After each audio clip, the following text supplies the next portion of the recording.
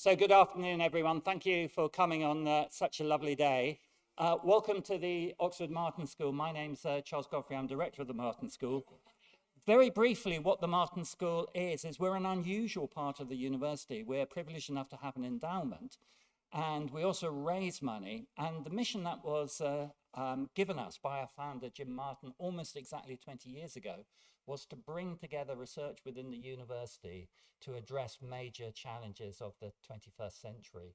And the way we largely do it is by funding programs. And one of the programs that we are most proud of is the program that you'll be hearing about today on systemic resilience to international climate and nature risks. So welcome to the Martin School, welcome to this building, which is the Old India Institute in Oxford. And briefly, what you're going to hear about next is a keynote from Nicola Ranger and Jasper Verschuur, who are going to be talking about the program. And then we're going to go into a panel discussion with Jim Hall, Rachel Kyte, Amal Learman, and Natalie Seddon. And that will be moderated by Ruth from Chatham House. Sorry, Ruth, there. So with no further ado, over to Nicola and Jasper.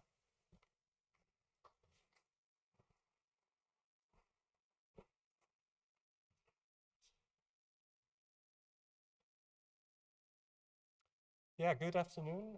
Welcome everyone, and welcome from the Systemic Resilience program as well.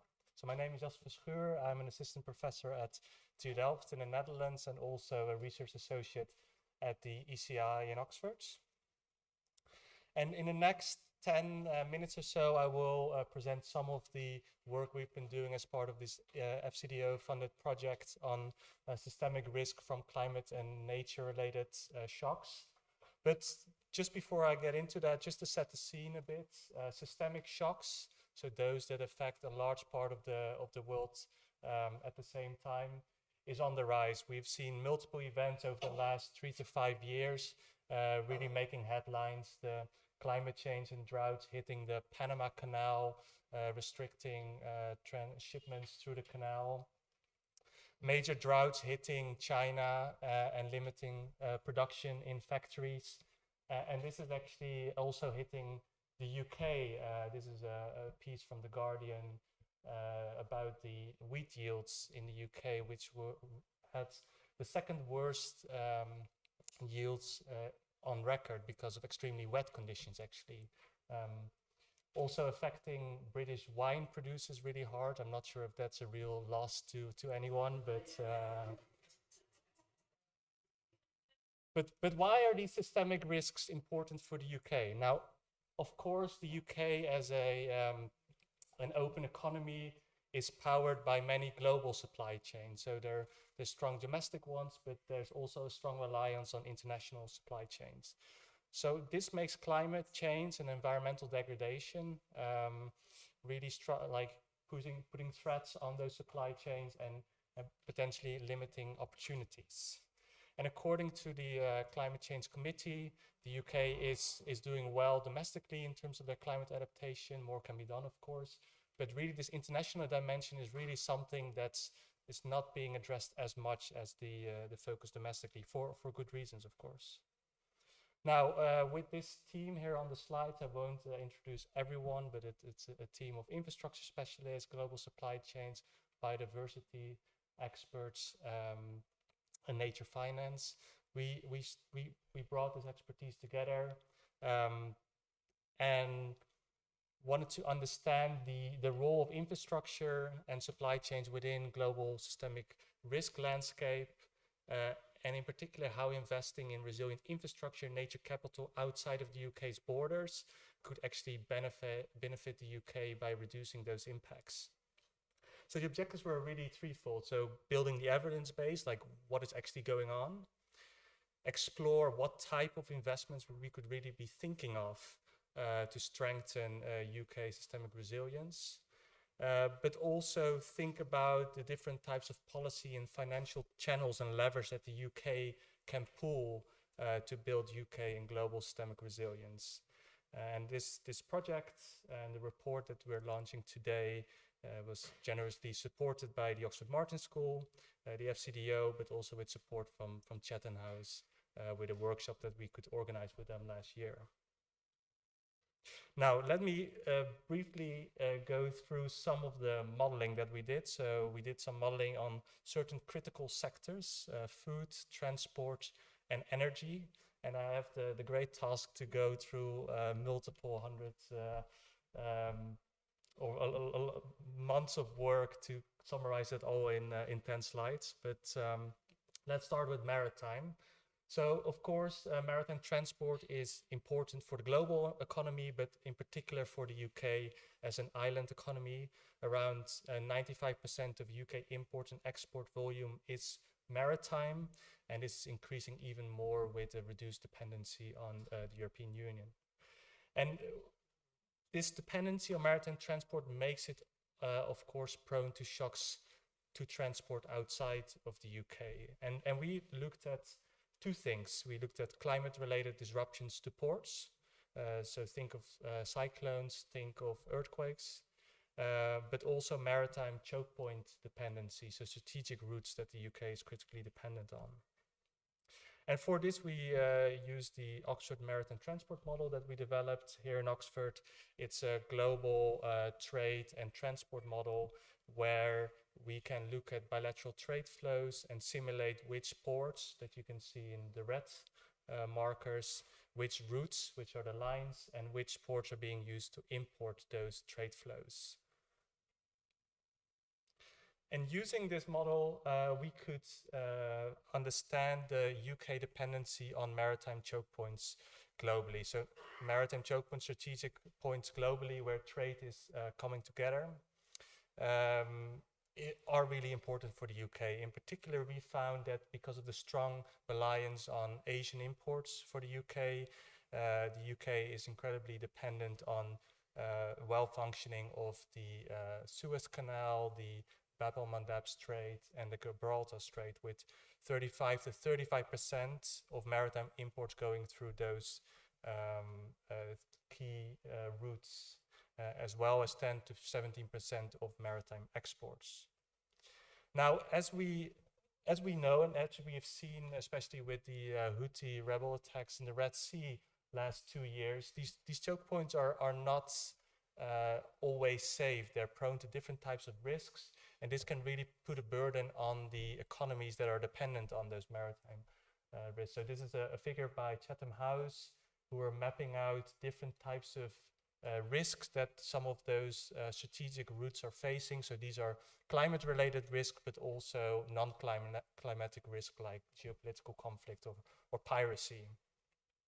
And we did some analysis here, finding that especially conflict and piracy at the Bab el-Mandeb Strait, which is something that's happening now, is the most sort of threatening risk for the UK. Mainly because of the long rerouting of vessels around the Cape of the Good Hope, which is increasing prices, but also for certain factories means that they're running out of inventories. And in total, we found this risk to be around 0.5 billion pounds per year, around 0.05% of the UK trade value. Maybe not that big a number if you think about it, but if this happens, this risk can really accumulate. And the other thing that's important here is that what we've seen as well is that shipping prices in general start to increase. And if that happens, it's not just affecting those countries that are reliant on the affected trade routes, but it's affecting everyone. So there's really sort of a benefit of cooperation here.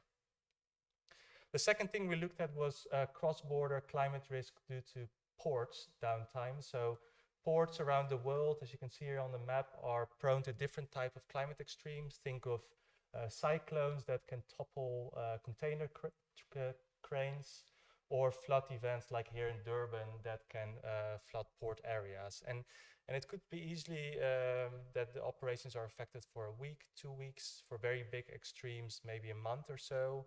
And this is putting indirectly risk to the UK that are dependent on those foreign ports. Now, the question is, where are those ports that are so critical for the UK? So here we combine two types of information. One, how much are we dependent on ports outside of the UK? And two, what are the specific risks to those ports? And the combination of two are the ones that we call the sort of the climate vulnerable ports for the UK.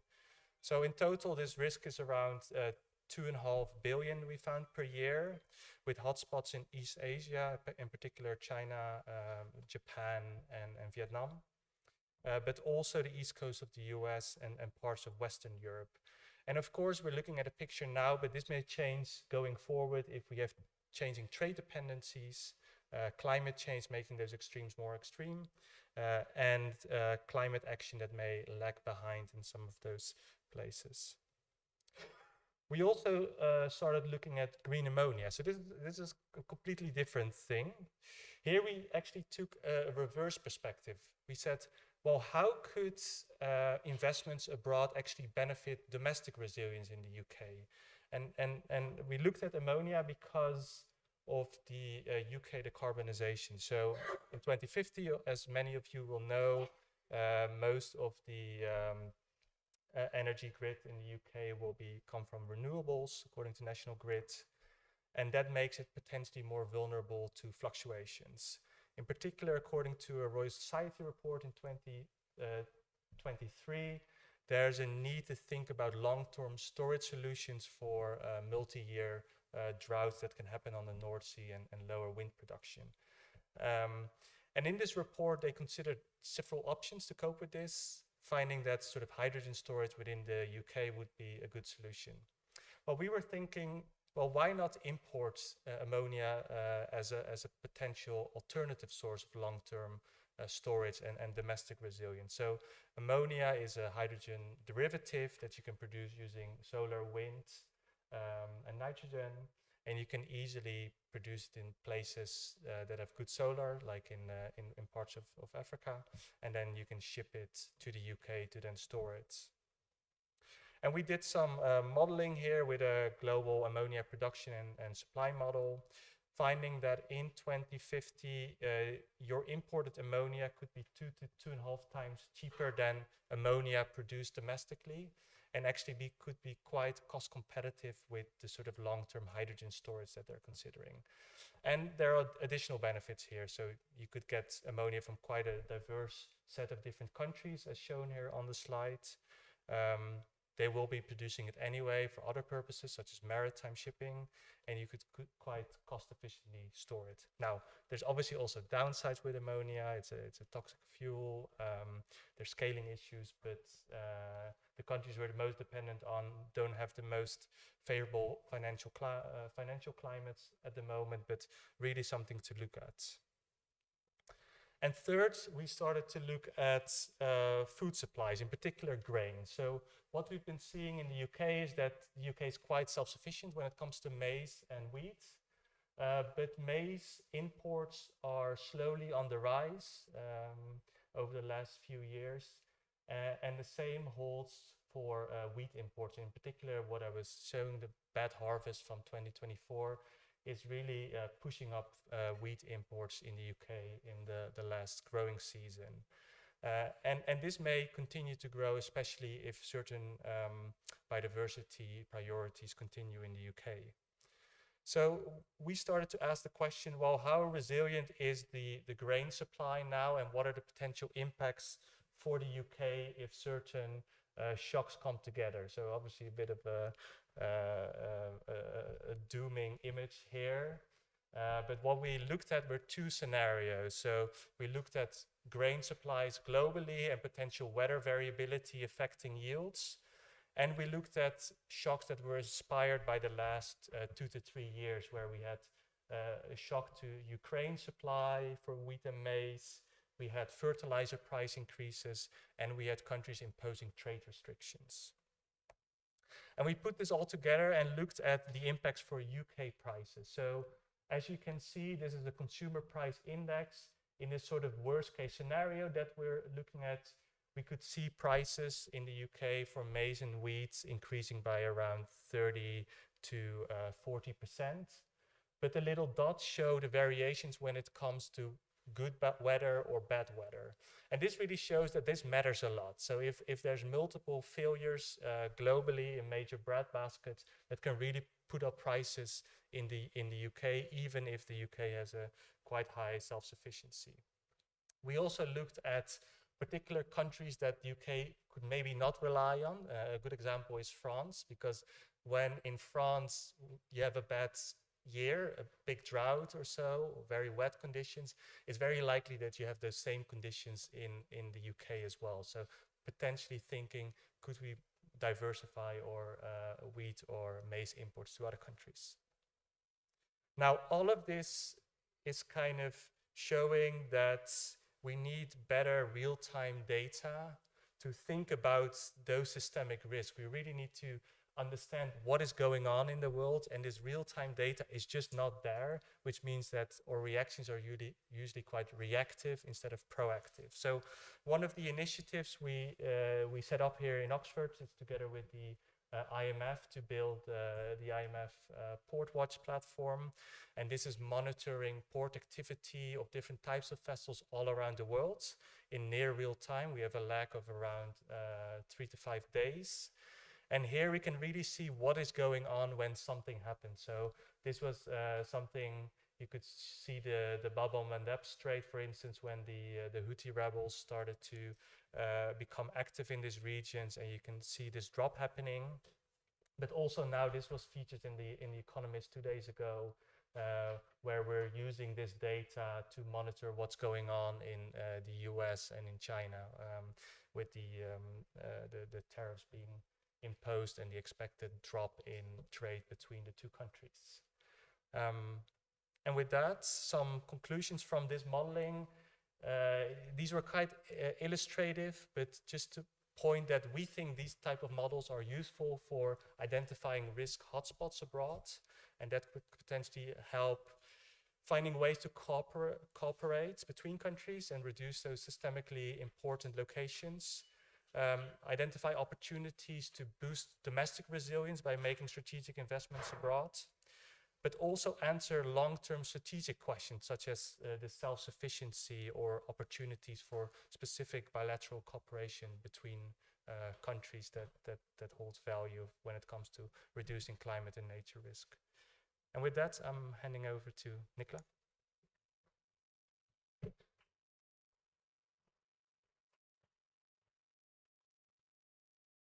Thank you, Jasper. So, hi everyone, I'm Nicola Ranger. I lead the Global Finance and Economy Group in the Environmental Change Institute and also Executive Director of the Systemic Resilience Initiative at OMS. So we've heard a lot from Jasper about the climate side of this, and I think some key messages that come out of that is, one is that actually the UK is very, very dependent on the rest of the world. So when we're thinking about climate adaptation, how we manage these risks, we can't just think domestically. We need to think about the rest of the world and how do we make sure that our policies in the UK and the way that we engage internationally is also supporting resilience in emerging and developing economies. So there's this win-win between the two. And I think the other key message that comes out of this is really about how the whole nature of risk is changing. So we're seeing both growing risk, as we expect with climate change. We've known this from the literature for a long time, but also it's becoming much more complex, compounding. You're seeing risks in one part of the world cascading through to other parts of the world. So the way that we think about managing these risks has to change quite significantly. And you also heard about two particular solutions to it. So one is around infrastructure, this really important role that infrastructure is playing, and resilient infrastructure, but also around data. So, but now I'm going to sort of cover a couple of other aspects. One is the important role that nature is playing in this, and nature as infrastructure, so green infrastructure, and then also the role that finance plays in this as a solution. So just to sort of step back a little bit on the nature side before I sort of show some of the research that we've done. So you'll all know around the world we're seeing huge declines in biodiversity and in key ecosystem services. So you're not going to hear me talk a lot about biodiversity, but I'm going to talk a lot about ecosystem services here. So these are the key ecosystem services on which our entire economy is dependent. And we've seen around the world, for example, a result from IPBES a couple of years ago, their global synthesis report, which shows that 14 of the 18 key ecosystem services on which our whole society and economy depends are being eroded at an unprecedented rate. I'm sure many of you have seen this figure as well. So this is the sort of famous planetary boundaries figure, which shows these 9 key areas of planetary boundaries. And just to point out that climate change only being one of the 9 that we need to be thinking about. And when they first did this assessment of where we are globally versus where this boundary is, they found that there were about 3 boundaries of the 9 that we've crossed. So that was back in 2009. When they did the assessment in 2023, they found that around 6 of these boundaries could have been crossed. So we're really up against some critical points in terms of our relationship with the natural environment, and that is already beginning to play out in terms of the risks to our economy. And I'll talk a lot again about the economy and finance, not saying that's the only thing that's important, but certainly from a regulatory perspective, these are really important areas. So a lot of our work has been about trying to understand how do these things that are happening in the natural world, natural capital, filter through into our economy and into our financial system? And how does what's happening in the rest of the world filter through to the UK?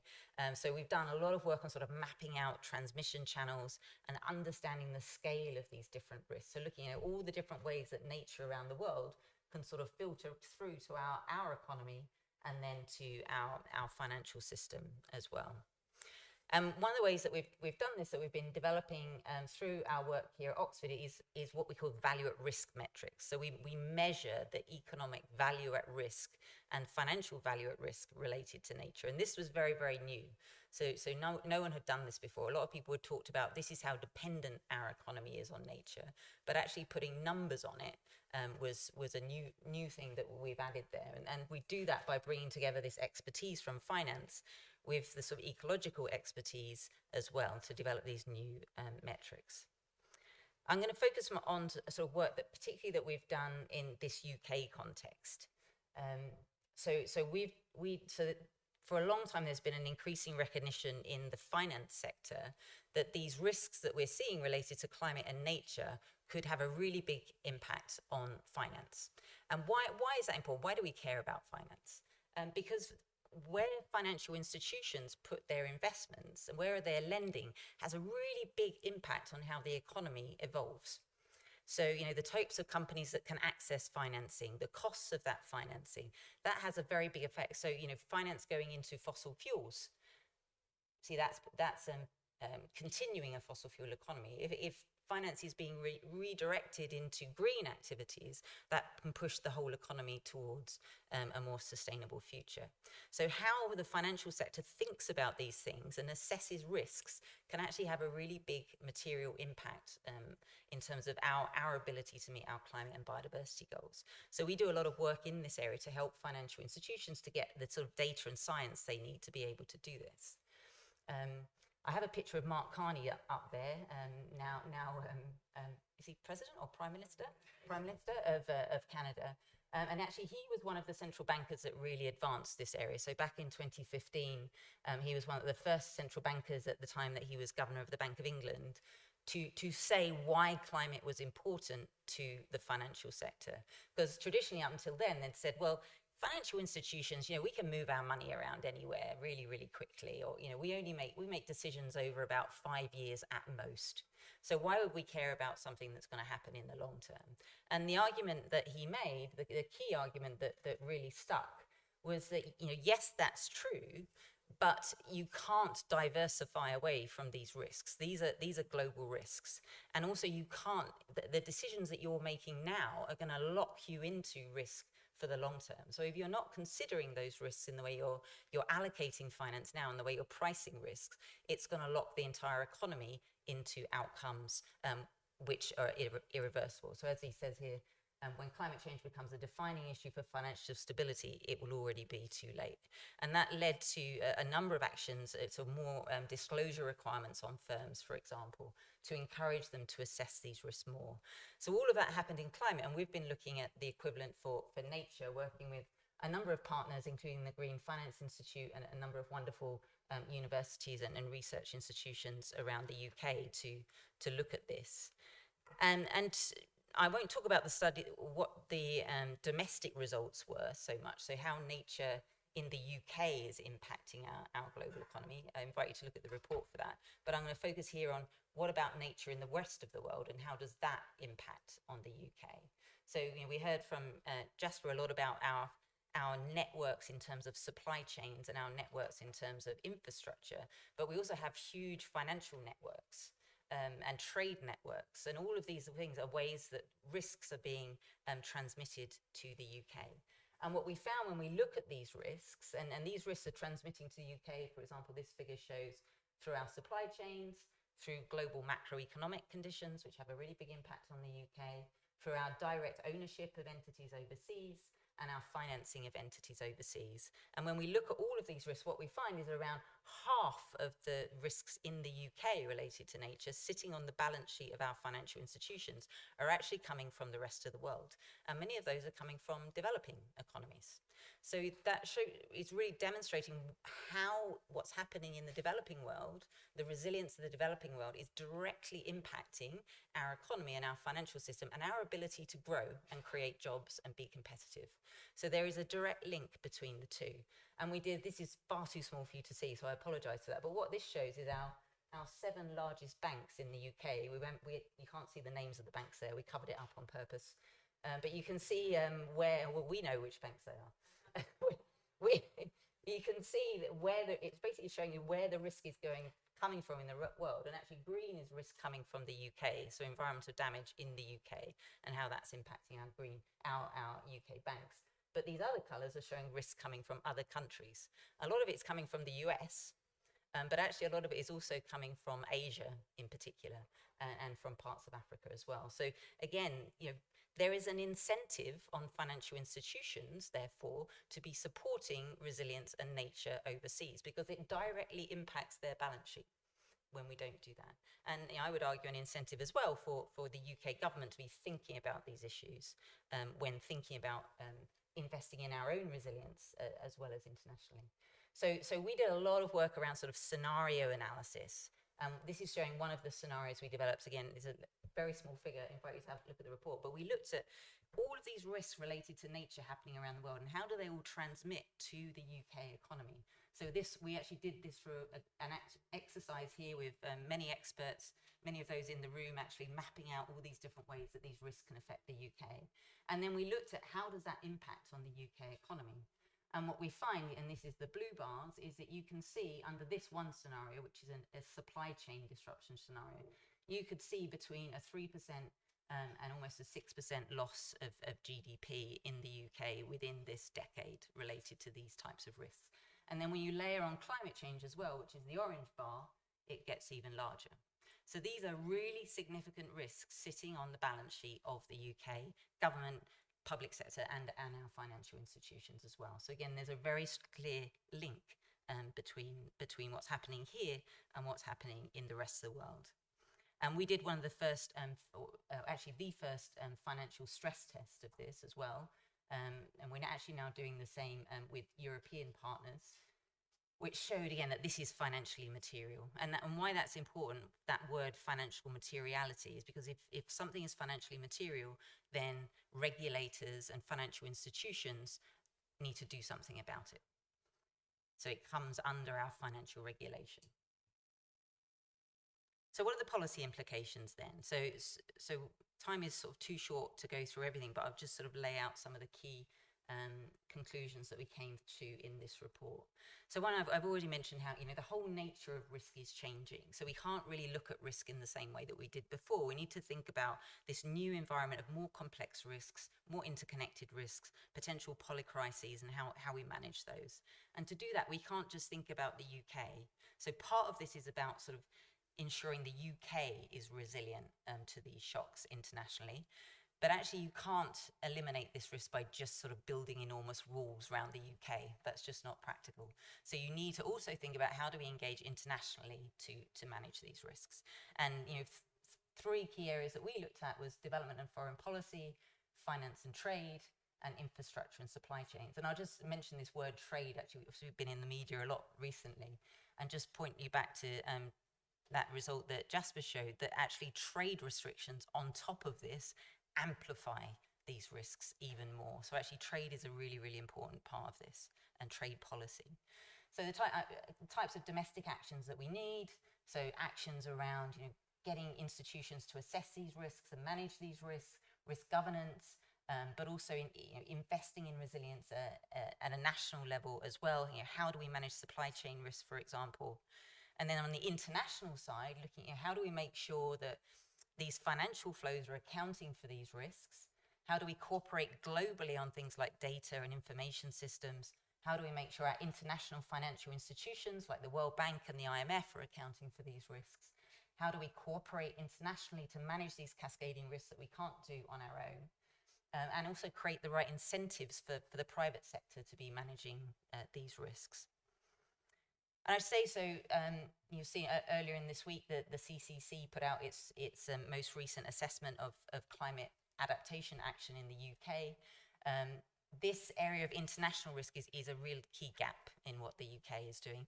I'd say we're not doing enough in the UK domestically either, but actually internationally this is a big risk. And I should say as well that the CCC would certainly, that was a key conclusion if you see the Guardian and other reporting on this week.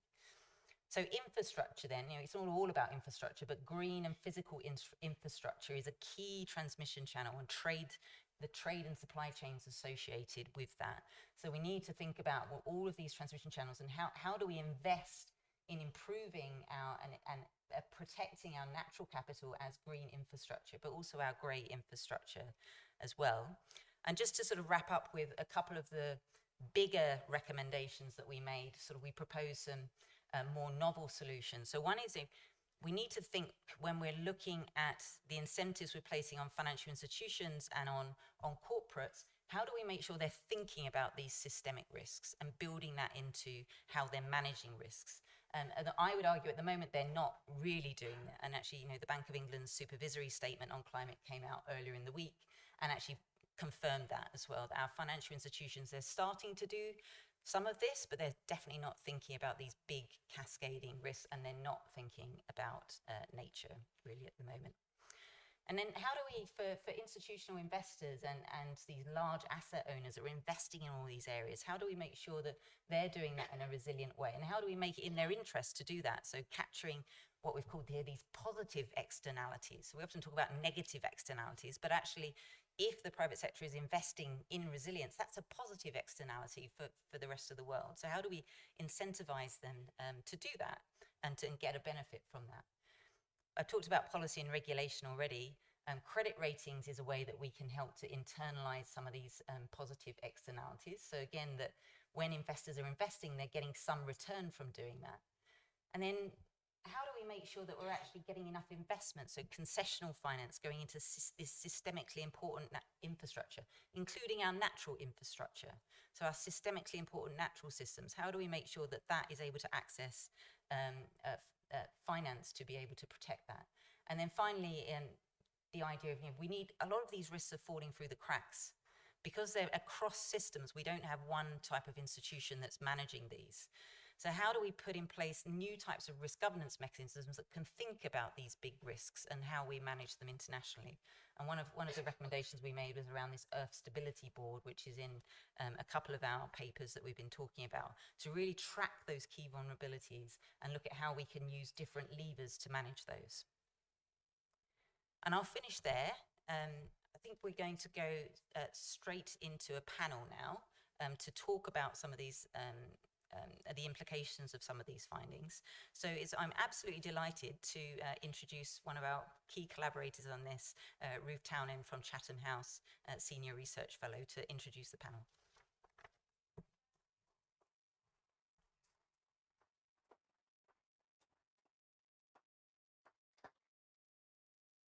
Okay, so hello and welcome to the panel discussion element of today's event.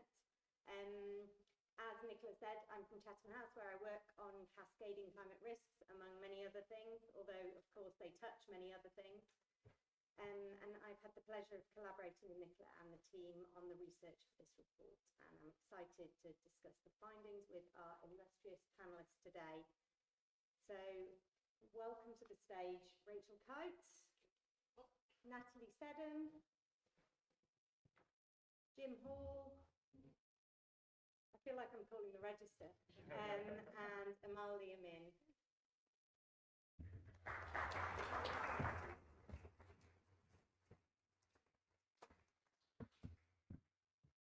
Okay, so we're going to give each of our panelists, oh, sorry, I was projecting, but not enough. We're going to give each of our panelists around 7 minutes today to riff on the topic of cascading climate risks and resilience. And then if I do my job properly, we should have around 15 minutes for questions at the end. So please do be thinking of the things you'd like to ask. Given that, as the UK's Climate Change Committee reminded us in no uncertain terms this week, we must act without further delay to improve the national approach to climate resilience. I'm going to act without further delay and turn straight to our first panelist, Rachel Kyte. So Rachel, as the UK's special representative on climate, and given your long experience in climate, finance and development, we'd love to hear your reflections on the issues raised by this research. Are these kinds of cross-jurisdictional risks featuring in global dialogue? Are they informing discussions on adaptation finance? And what levers do you see for the UK acting internationally to build global resilience to climate change and nature loss? Not too big an ask. So I've got, what, an hour? Well, thank you very much, and thank you for the invitation to be here. Got many colleagues from across government here as well who work hard on this issue. And I just want to say that it was a great report from the CCC, and you should have been the headline. There was a different headline, unfortunately, right? We had to spend a lot of time dealing with that, but it was really excellent work, as always. So I think that what we're seeing is, around the world, every country, no matter their size, their geography, the makeup of their society or their economy, beginning to grapple with resilience systemically. We're also beginning to, I think, move into an understanding, or at least a grappling with the centrality of your work, right? Which is that the only way to build resilience at home is to engage with resilience elsewhere. In some respects, I think some advanced economies are perhaps a little bit behind the curve, in that the narrative has always been about, okay, well, we have a mitigation responsibility, and adaptation is something that affects, somebody else of lower income, somewhere else in the world. But we know that we're as vulnerable as the next country. And of course, I think recent global events, from the invasion of Ukraine, through to also COVID, the global supply chain disruptions that happened as a result of those things, and then the increased inflation, and now, of course, a trade war or trade wars have just brought this all the way up.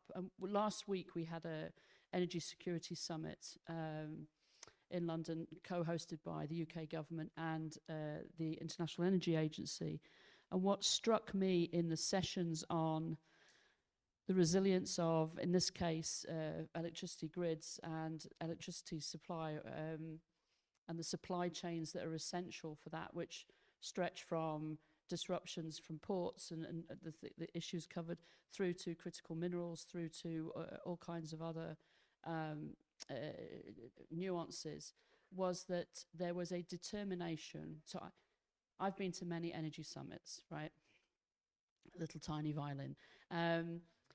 I've never been at one where the spirit of collaboration, or the willingness to collaborate, and the understanding that regional collaboration is going to be absolutely essential, was to the fore. Maybe that's because the enemy of the enemy is my friend, right? We've got, there are sort of forces now which are dividing the world in very clear terms. But this was quite an extraordinary ambiance in the conversation, which, notwithstanding what happened to Spain and Portugal on Monday, I think stands us in good stead. But I think we don't yet have a domestic, and I think this is true for all G7 countries or even broader G20, whatever. I don't think that there is an intrinsic understanding, and my Treasury colleagues will correct me if I'm wrong, that our food security, our energy security, and our future security is entirely dependent on whether the Congo Basin continue to provide a watershed which will allow Africa to grow food, which we depend on. That, you know, if the siltation imports stops goods being able to be moving out of them, the siltation because of extreme storms that come down the rivers and just glue things up, that if that happened in 4 ports at the same time, we would be severely disrupted. That if we can't have access in a NATO country to one specific critical mineral, then the ability for us to keep on building out our offshore wind industry, upon which we are critically dependent, will slow down really quickly. I do not think that that has yet truly internally been understood in our own sort of fiscal macroeconomic policy, and it's in our own foreign policy, and this is something that's very important to David Lammy, in our own sort of economic policy, and in the way that we talk about this to our publics, right? And so you can see this weaponization of net zero as something, you know, and still this idea that we can take back control. Well, we can by moving to cleaner, greener energy, which we have abundantly, but we are still dependent upon the ties that bind us through all these other aspects. And so, you know, this conversation is now sort of subliminally there in the G7, it's subliminally there in the G20. These are difficult places in which to really surface that collaboration because of the new geopolitics, because of the dominance of China in some areas, because of the dominance in other economies. So this is, I think, so the good news is that it's on the tip of everybody's tongue. On the work to be done is that we're not organized this way inside government. We don't engage with the private sector in this kind of place. And you know, as the Brazilians who will host the COP, this is my last point. I've got so many other things that are relevant, but Brazilians will host the COP at the end of this year. You know, they're looking at the governance issues around how do you manage towards greater resilience and to more effective mitigation, because we're obviously not set up to achieve this at the moment. You know, they're looking at a climate change council inside the UN. I mean, we could debate whether we think that's the best thing to do or not, but I certainly think this idea that you posit, right, could fit within that, right? We need some place that brings all of this together. At the moment, within the UN system, UNCTAD does a pretty good job, I think, on trade and some of the dependencies. You know, on the environment side, it's over in UNEP or whatever. It doesn't really come together. And I also find that the private sector has got very good data. The insurance companies, they've got really good data on what the risks are. And that, you know, that conversation with the Bank of England, with Treasury, really needs to come to the fore. So good news is I think that we understand resilience a little bit more because of the work that you and others are doing. I don't think that translates into how government sets itself up to manage resilience, either domestically or internationally. Good news is that David Lammy's put this at the front of his understanding of how we engage with the world. But we've got a lot to do to be good enough to live up to that vision. But that's the job in hand. Thanks so much, Rachel, which leads me perfectly on to our next panelist, Natalie Seddon. Natalie, you're both a global expert on nature and a member of the UK's Climate Change Committee. What do you think is the right balance between building UK domestic resilience to overseas climate and nature shocks and acting internationally to stem the nature loss and climate vulnerability that drives such shocks in the first place? And how is this balance playing out in the work of the CCC? Huge question. Thank you very much for it. I'm really throwing them out You today, really but are, do yeah. your best. No, so just to clarify, I sit on the Adaptation Committee of the Climate Change Committee, although I do occasionally representing nature, food, agriculture. But I also have had the opportunity to step into certain conversations in the Mitigation Committee as well to try and, because the Climate Change Committee as a whole has a commitment to enhancing synergies between the mitigation and adaptation agendas. So it has a real core principle now around trying to overcome silos, trying to ensure joined up approaches, which cascades across all the different sectors. And increasingly in all the work that we're doing, really trying to understand as best we possibly can, and as much as we are analytically capable of doing, you know, the interlinkages between buildings, infrastructure, cities, increasingly health, nature, land, finance, and so forth. But this is not easier said than done, as I'm sure you're all aware. But that topic of cascading risks needs to be manifested in how we're approaching our analytical integration as well, which is really tricky. But I think got 3 points in answer to your very broad question. I'm not sure I'll do it full justice. And I think actually some of the things I wanted to say were fantastically covered in Nicola's talk, as well as what I heard of the presentation beforehand. I mean, we know on the topic of food, we know that UK imports, what is it, around 40% of its food overseas.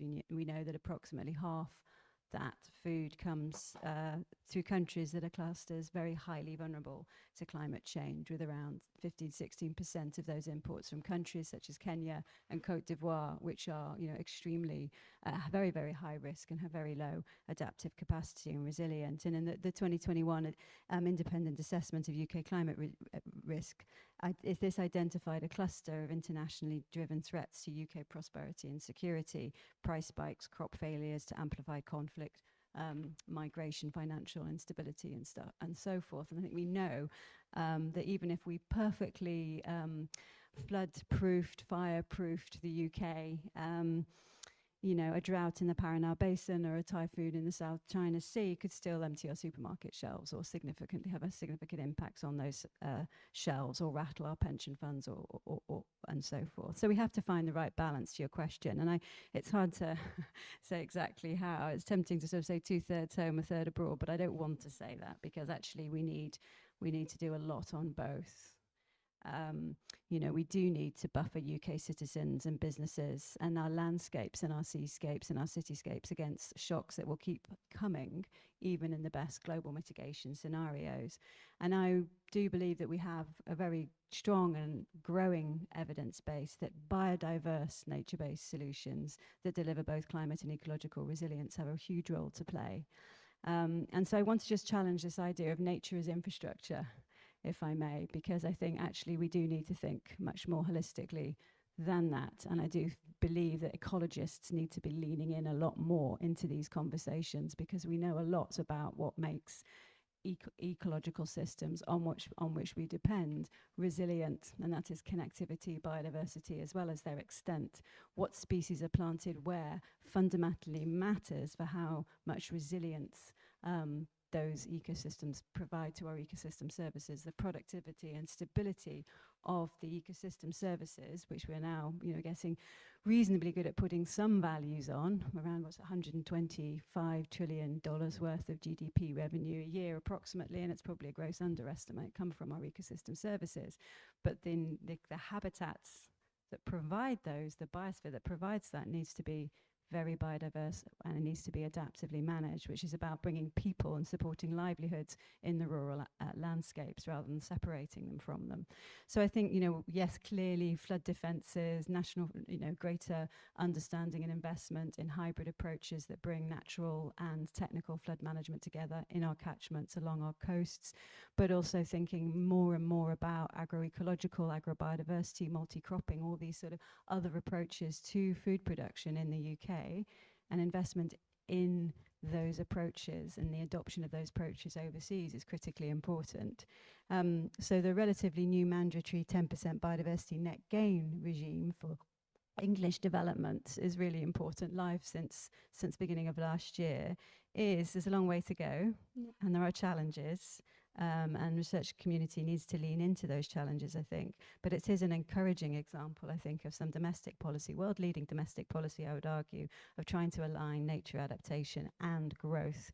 But we know that last year, the CCC's assessment of the government's third national adaptation programme concluded that the UK still lacks clear targets, joined-up governance, and adequate finance to scale all of these measures. So, you know, there is much to be done, and there is a growing recognition that it is about flourishing landscapes, bringing nature into our cities. It's about, you know, holistic approaches that link the health agenda to this as well. Obviously, we're increasingly focusing on health at the CCC and recognizing that climate change compromises communities and individuals' resilience directly through physical and indirectly through mental health challenges. We also know a wealth of studies that support protection of biospheres, protection of habitats in and around our urban areas can really support the resilience of individuals and communities and young people in those places, which is increasingly important given that 80% of the human population is estimated to be living within cities by the end of the century. So obviously we can't fireproof our supply chains without helping our trading partners adapt and without tackling the underlying drivers of nature loss that amplify those shocks. I'm sure it came up earlier today or will do later, but we do need to have many serious conversations as highlighted in the Kunming-Montreal Global Biodiversity Framework of the need to repurpose subsidies, the trillions of subsidies that go into undermining the biosphere and in so doing going to undermining our resilience, and really figuring out how to channel that finance into nature-based or hybrid adaptation options that can boost our resilience. I suppose the essential points thus far is that domestic and international actions are multipliers of one another. Supply chain mapping in UK supermarkets makes no sense if farmers of West Africa can't afford climate resilient seeds. Conversely, overseas finance will not protect UK customers if our own storage, logistics, port infrastructure and so on remains exposed. So how are we approaching some of this at the CCC? As I say, we mentioned increasing emphasis on synergies, on cross-cutting approaches. In preparing for the fourth climate change risk assessment for 2026, we are deepening our analysis of climate risks to the UK from hazards and impacts overseas, including indirect stressors. And that work will feed directly into the next statutory advice on the carbon budget and the next round of adaptation progress reports. In terms of international engagement, we do increasing amounts of work in this space, particularly through the International Climate Council's network.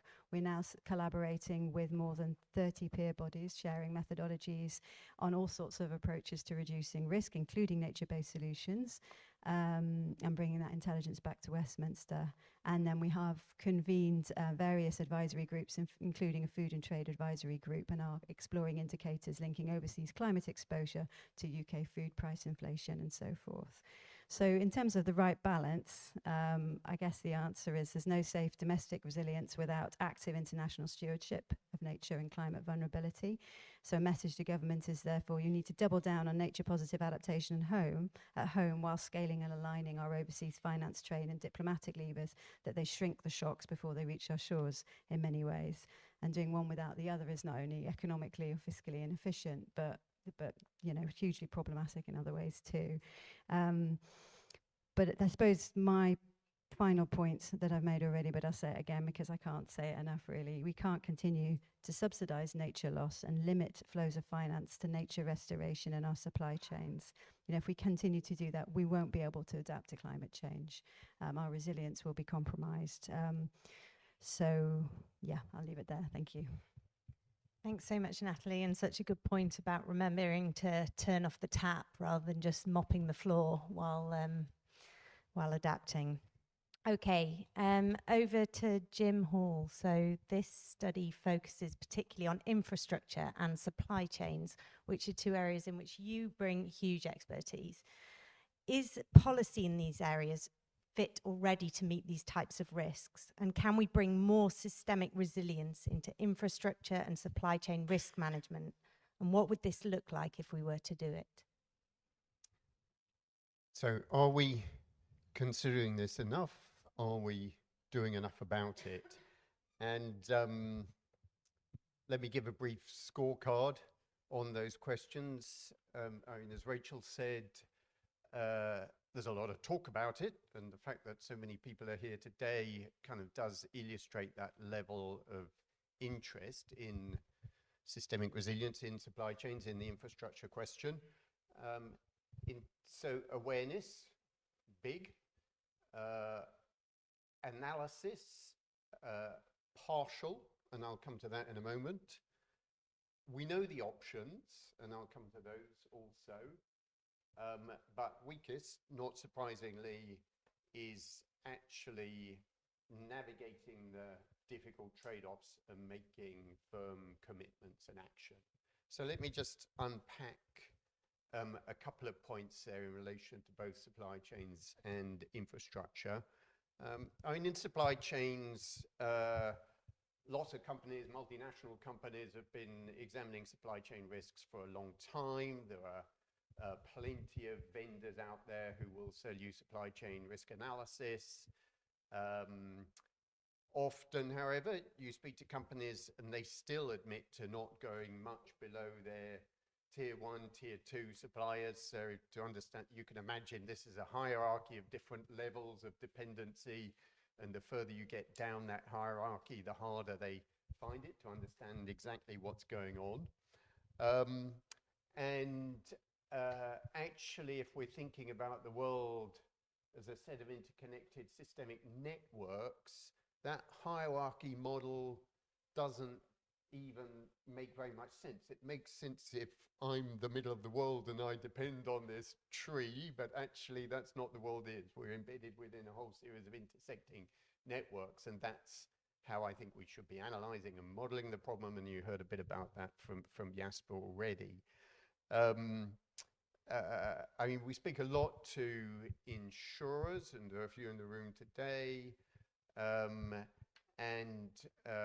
When they're speaking honestly, they'll say these questions around what they refer to as contingent business interruption.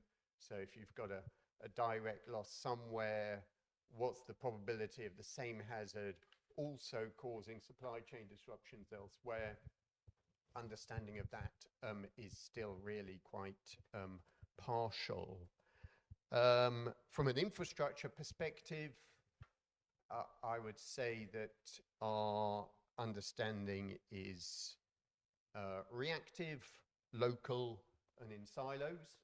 Reactive in the sense that this stuff hits the headlines when stuff goes wrong. Power cuts in France and in Spain and Portugal. Ships running aground in the Suez Canal. I could go on and on.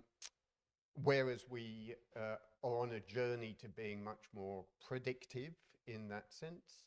I think supposing that we can forecast is too much to ask, but we can analyze risks and establish how those risks are changing. So that's the reactive to predictive. Local, regional, I mean, you know what I mean here, and those examples I just gave hit the world in particular places, and yet our understanding of how they cascade around the world is less well understood. As Jasper referred to the work we've done in this program, though, looking at things like maritime choke points and understanding exactly globally where all of those dependencies lie. And then in silos, whereas what we need to understand is interdependencies. We saw that, for example, at Heathrow, power failure leading to massive aviation disruptions. And again, I think there's a good understanding of the importance of interdependencies, but the analysis of them is still work in progress, in part because there are so many different types of interdependence. So then, well, what are the options from a policy perspective? And in many senses, and this is part of what we've achieved in this program, is that there are some kind of generic categories here. If we think about food systems, what are the options? Diversify your supply chain, strengthen or make more reliable particular partnerships within that relationship is second. Third is around stocks, inventories, backups. And the fourth is around domestic production. And so we can list those, we can list them in relation to infrastructure as well. It's the same sort of thing. It's to do with strengthening, it's to do with introducing redundancy, it's to do with introducing backups like storage, or the sort of redundancy that Heathrow should have had in terms of being well connected to more than one substation. But the difficult part of this And the piece we really haven't got to is navigating the trade-offs. So we know what the options are, is then a kind of resource allocation decision between those options, taking into account the full cost of those, of any particular option. You might think of it as a robust optimization problem, which also needs to take into account the lead times of achieving any of this. And so, I mean, we might talk about the resilience of food systems and the fact that one could either diversify or one could think more about domestic production, but actually the lead time for achieving any of that is long, and similarly in relation to infrastructure. So where do we need to get to? And I've hinted at the main parts of this. First, this whole systems picture of the networks and interdependencies.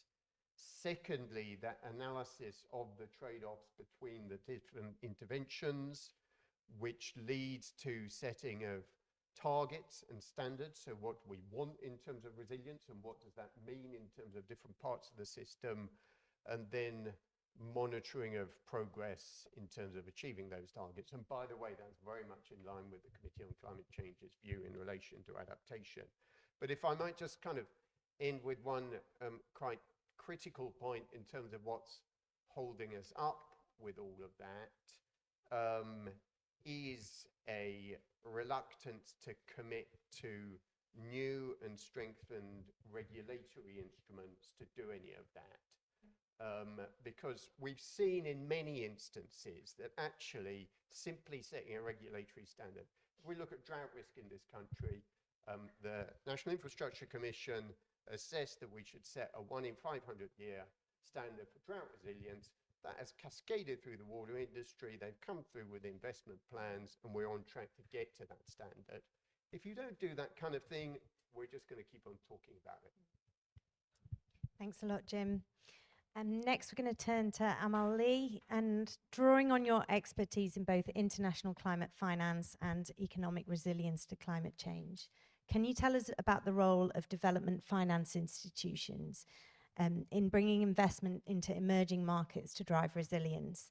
How can DFIs contribute towards more systemic impacts for climate resilience, and who needs to be involved? Okay, great, thank you. Well, first, if that is on, yeah. First, I want to thank for the invitation, but also congratulate Nicola, Jasper in particular, because, I mean, this is really brilliant. It's a brilliant insights, because for so long we've talked about how mitigation is really a global challenge and adaptation is a local challenge. Now it is, of course, we know it is local, but it's also regional, and it's clearly global. And I think we've seen that recently, the Panama Canal, as you know, Rachel alluded to. I mean, that was a very clear example of the global nature of systemic risk related to a physical climate risk event. But we haven't really had the evidence base until now. So this is, I think, really brilliant. And of course, it makes a very strong case for why we need development finance. And of course, I would say that, being the UK's Development Finance Institution, BII, but it clearly makes the case of why how essential the role of development finance is in enabling long-term, but also short-term resilience and economic prosperity and growth here in the UK. So, you know, I think, I mean, really, you know, I had a bit of a light bulb moment actually when you were presenting the research, and I don't think we've been clear enough on that point in the past. I do want to say also, and I'll talk a little bit about what we're doing at BII. We've been leading efforts with other DFI peers, our sisters across Europe and the US and Canada, on trying to accelerate private investment on ANR, as we say, adaptation resilience. But before I do, I just want to say a few words, because I think, as Rachel said, my experience when I was at a multilateral development bank working in Latin America, from 2015, when I rejoined the bank, we started to engage ministries of finance, ministries of economy, planning, and also central banks, actually, because obviously TCFD was just emerging. And it was quite clear, actually, that a lot of those ministries already understood the macro risks of weather-related events. Every time there's a strong El Nino, and as we've seen, they become increasingly frequent, they would lose significant amounts of infrastructure, and I think El Salvador knew it was 4% of GDP. We don't even have to say what that means from hurricanes that are hitting the Caribbean or the coasts of Central America as well. And so I think, as Rachel said, I think there's a lot more understanding in much of the developing world, because they've been already having to grapple with these very significant weather events, which are becoming, unfortunately, more frequent and more intense. And I would say, and for me, what is key, and I think particularly in all countries, including here in the UK, it really needs to be owned by ministries of finance and economy. Where you have a Ministry of Planning, we don't here obviously, but they also need to be very involved, because it's that very centralised understanding that is key in terms of domestic action, but recognising the critical need to work across silos, across sectors, which is hard. I've worked in government for 10 years, and that is challenging. And really only ministries of finance or economy can drive that coordination effectively, I would say. And I think that's a lot of what the MDBs are doing. Certainly at IDB, that's what I was doing. For 10 years, we were working on that. And a key part of that is building the capacity of governments, not to just understand the risk, but what to do. And I think, as Nicola said, what is critical, how to incentivize the private sector to take action. And that can be either a regulatory, a sort of a stick, a regulatory, which I think is absolutely right, and particularly where you provide a longer term signal so the private sector can start to invest over time to bring the solutions, but also, very importantly, thinking about the way in which the risks and the rewards in terms of the resiliency benefits can be better shared with the private sector. And I think this is a really whole new way of thinking about risk and public-private partnerships. I've said this a few times in the last year on panels that I think this is a great PhD topic. If anyone wants to do it, I'd love to be a joint supervisor. But what is the sort of public-private sharing of risk now in terms of both the risks and the rewards? Because we have to think very, very differently, as we think about the future moving forward. And from a DFI perspective, I mean, we are investing increasingly as much as we can in adaptation, private sector adaptation, and that's both ensuring the resilience of all our investments, particularly infrastructure, looking at agriculture, looking at risk across value chains, also the supply chains. That means working with smallholder farmers, supporting them where we can through technical assistance, but also very critically investing in those companies that can also provide those services. And we've seen a lot of really interesting opportunities, particularly in India, not surprisingly, linked to climate tech, fintech, ag tech. I would say the use of artificial intelligence is pretty much a game changer now as well for better integrating climate scenarios with multiple risks, and particularly when you start to think about compounding risks as well. So there is a lot to be done. I think we do need, and development finance is clearly critical, and that has to be about supporting governments in building capacity to better manage and incentivize private investment. And then as DFIs, as we are with our DFI sisters, really coming forward to finance those companies that can bring those solutions. Thanks so much. Okay, everyone, we have a few minutes for questions for the panel, and I'm sure I speak for everyone in saying they'll be delighted to grapple with your queries. So please raise your hands if you have a question.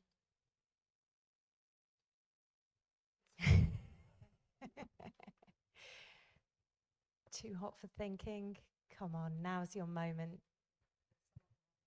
Lady over there. There's a microphone just making its way to you. Hi, Faith Ward. I am investor of a pension fund and obviously one of the key kind of parts of the ecosystem. And I was just really drawn by the comments also made by the Fed chair around systemic risk in the FT this morning. And what was quite, it was this sharing of risk, and it feels like the financial sector, or even the Fed chair, feels that they've managed to offload that risk to essentially society and to individuals. Which I said, I didn't really need another depressing thing to read this morning, but yeah, it did add to it. But it was a little bit kind of, and so I just wanted to, it just really spoke, I think, to your final point, Mel. So I thought, how do we? There's one thing about understanding it, but that ownership and whether that really is an appropriate response for for the Fed to take in relation to that type of risk. Do you want to speak to that, Amal? Yeah, no, I mean, that's sort of almost exactly what I was trying to convey, that it has to be this joint ownership, and the private sector is much better at managing risk. Governments are not good at managing risk. So, it becomes, critical. Of course, you need to do that in a way that doesn't have a disproportionately huge cost to governments and society. So there is some risk sharing. On the other hand, the private sector also needs to be able to benefit from investing in resilience as well. So I think it requires a really new way of thinking about it, as opposed to sort of applying current sort of public-private partnership models. I think, it needs to be more sophisticated. And I mean, again, when I was at IDB, my old team did some interesting work on this for small islands and building capacity of PPPs. So, there is some work out there, but there's just not enough real evidence of what these, the risk sharing. I do think, and I absolutely agree, the insurance sector has a role, but I think for a long time, I think we've always assumed that you can just, transfer the risk through insurance. But as we know, force majeure clause isn't existing in many cases now for infrastructure. At the same time, that's not necessarily always going to be the most affordable way of transferring or managing that risk as well. Thank you. I'm just going to pass that mic to Rachel. So thanks for the question. So, two small points, right? It's a bigger conversation about whether or not that was an appropriate comment. But so first is on insurance.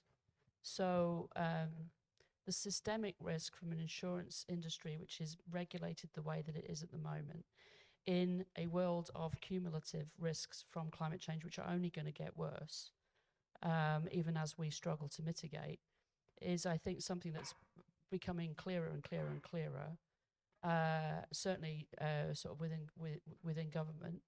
And so the question there really is, how do we start to have a conversation with the insurance industry and with other investors, central banks, about not about whether or not we can, have better products in the market and, sort of mitigate and transfer the risk sort of in the middle of this cascading crisis, but about resetting what it means to have insurance when you've got this kind of cumulative risk going on. So as we've seen in Southern California, right, just the resetting that is able to be done without any regulatory engagement by the reinsurers, which impacts the insurers. Everybody working on the assumption that somebody somewhere is going to pick up the public cost, because it will all land on the public balance sheet, right? We see that in other markets as well. In a world where most climate risk is uninsured, right? So there's a whole conversation to be had. And I think that we're at the point where we need to sort of, within a small room, with doors closed, start sharing some of the information that is held in the private sector and the public sector a little bit differently. So I think that's one to-do item, which we're conscious of. The second piece is really that there is much that can be done, I think, to start collecting the better data than we've got at the moment about what the private sector is already doing. So there are huge costs to the private sector every time there's a storm, every time there's a failed harvest, etc. But that's better captured in some industries than others, I think. I think the mining industry's got pretty good numbers, some others maybe. But what we absolutely don't capture systematically is what the private sector is already investing in adapting its business models and to what they're experiencing. And I think that would be a really important thing to capture, A, because we need to know, but B, as we try to move the conversation away from a binary mitigation adaptation conversation, which is the political discussion we have in climate negotiations, to a, what does it take to make society, economy, and nature resilient? And so, you know, lots of to-do items, more PhDs. There you go. Okay, I think we need to wrap up. So one excellent question. Just to conclude, we might ask ourselves, in a time of threat to multilateralism, Trump's trade war and proliferating protectionism, whether cascading climate risks are losing their significance. Even in a world of retrenching globalization, however, no country is an island, even when it's literally an island like this one. The resilience of other nations will continue to strongly affect our own. A concerted and proactive response to cascading climate risks offers an opportunity for the UK and other countries to engage with systemic challenges and build risk and resilience thinking, as well as building the alliances through mutually beneficial efforts to build overseas resilience that will be vital in securing greater certainty in an uncertain future. Cascading climate risks will feed a transformation in both international relations and human experience as the planet warms, and decision makers can still influence this transformation. By examining these threads of cascading climate risk which run through our complex global systems, the UK can spot weaknesses in our current social and economic fabric and pursue a more resilient future for all, which I think we can agree is why this report is so warmly welcome today. I'm going to hand back to Nicola. Thank you.